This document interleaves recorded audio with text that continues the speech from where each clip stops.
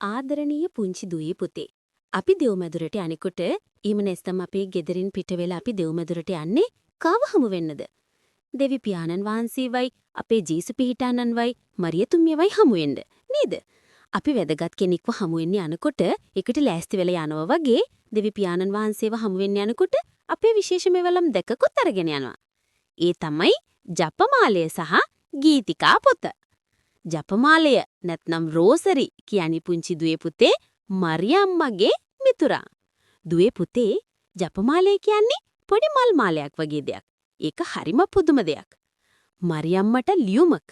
අපි ජපමාලය අතේ තියාගෙන යාඥා කරනවා කියන්නේ අපි මරියම්මට අපේ ආදරය පෙන්වනවා කියන එකයි. අපි ආයුබෝවන් මරිය කියන හැම වාරයක්ම අපි මරියම්මට පුංචි මල් පොහට්ටුවක් දෙනවා වගේ දෙයක්. ජපමාලෙන් සෙල්ලම් නොකර අපි දෙව්මෙදුරින් වෙරාවට මේක අරන් ගන්නේ අපිට හිත එක තැනක තියාගෙන යාඥා කරන්න උදව් වෙන්නයි. ගීතිකා පොත එහෙම නැත්නම් හිම්බුක් කියලා කියන්නේ පුංචි දුවේ පුතේ අපේ හඬ. දෙවියන් වහන්සේට අපි කොච්චර ආදරේද කියලා පෙන්නන තවත් හොඳම විදියක් තමයි ගීත ගායනා කිරීම.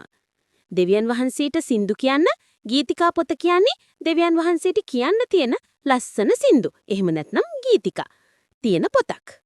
නැතිවම බැරි දෙයක් තමයි දිව්‍ය පූජාව වෙලාවට ගායනා කරන ගීත බලන්න අපිට මේ පොත ඕන. අපි හැමෝම එකට එකම ගීතය ගායනා කරනකොට දෙවියන් වහන්සේට ඒක ලොකු තෑග්ගක් වෙනවා.